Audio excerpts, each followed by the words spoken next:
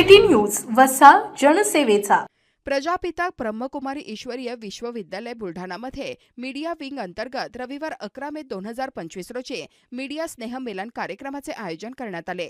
या कार्यक्रमामध्ये बुलढाणा शहरातील परिसरातील प्रिंट मीडिया व इलेक्ट्रॉनिक मीडिया संबंधित पत्रकारांना आमंत्रित करण्यात आले। या कार्यक्रमाची सुरुवात सेवा केंद्रावर आलेल्या पत्रकारांना तिलक व गुलाबाचे फूल देऊन त्यांचे स्वागत करून करण्यात आले। त्यानंतर कार्यक्रमाच्या अध्यक्षा ब्रह्मकुमारी उर्मिला दीदी यांनी आपल्या ब्रह्मकुमारी ईश्वरीय विश्वविद्यालयाचा परिचय करून दिला आणि वर्तमान समय भारत-पाक युद्धामुळे जे भीतीचे वातावरण ताणतणाव निर्माण झाला, अशा परिस्थितीत आपण हे ईश्वरीय ज्ञान आणि राजयोग मेडिटेशनद्वारे स्वतःला कसे स्थिर ठेवू शकतो याबद्दल सर्वांना माहिती दिली। सोबतच सर्वांना व्हिडिओ क्लिपद्वारे संस्थेचा परिचय करून दिला आणि महापरिवर्तनाच्या एक व्हिडिओ क्लिपद्वारे कशा प्रकारे या सृष्टीचे महापरिवर्तन होणार आहे हे देखील दाखवले गेले। डॉक्टर लता भोसले यांनी प्रोजेक्टरद्वारे आपल्या शरीरातील अवयवांचा आपल्यामध्ये जे गुण आहे त्या गुणांशी कसा संबंध आहे हे स्पष्ट करून सांगितले आणि त्या गुणांचा जर आपण विकास केला तर आपल्या शरीरावर कशा प्रकारे त्याचा सकारात्मक परिणाम होतो हे देखील स्पष्ट करून सांगितले।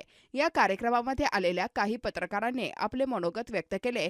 तसेच माउंट आबू येथे मीडिया कॉन्फरन्ससाठी जाऊन आलेल्या लक्ष्मीकांत बगाडे, अरुण जैन, प्राध्यापक ज्योती पाटील यांनी आपले अनुभव सर्व पत्रकारांच्या समक्ष सांगितले। या कार्यक्रमामध्ये पहलगाम येथे झालेल्या आतंकवादी भ्याड हल्ल्यात मृत्युमुखी पडलेल्या निर्दोष लोकांना शांती मिळावी यासाठी 2 मिनिटे मौन धारण करून श्रद्धांजली अर्पण करण्यात आली। या कार्यक्रमामध्ये आलेल्या सर्व पत्रकारांना ईश्वरीय प्रसाद म्हणून ब्रह्मा भोजनची व्यवस्था करण्यात आली होती। त्यानंतर कार्यक्रमाच्या शेवटी ब्रह्मकुमारी विद्यालयाचे प्रमुख ब्रह्मकुमारी उर्मिला दीदी आणि ब्रह्मकुमारी पूनम दीदी यांच्या हस्ते सर्वांना ईश्वरीय संदेश म्हणून भेटवस्तू देण्यात आली। ब्रह्मकुमारी उर्मिला दीदी यांनी आलेल्या सर्व पत्रकारांना माउंट आबू राजस्थान येथे होणाऱ्या नॅशनल मीडिया कॉन्फरन्ससाठी निमंत्रण देखील दिले। सोबतच आपल्या स्थानिक ब्रह्मकुमारी सेवा केंद्रावर 3 दिवसीय राजयोग शिबिराचे आयोजन करण्यात आले आहे। तरी सर्व पत्रकारांना या शिबिराचा लाभ घेण्याचे आवाहन देखील करण्यात आले।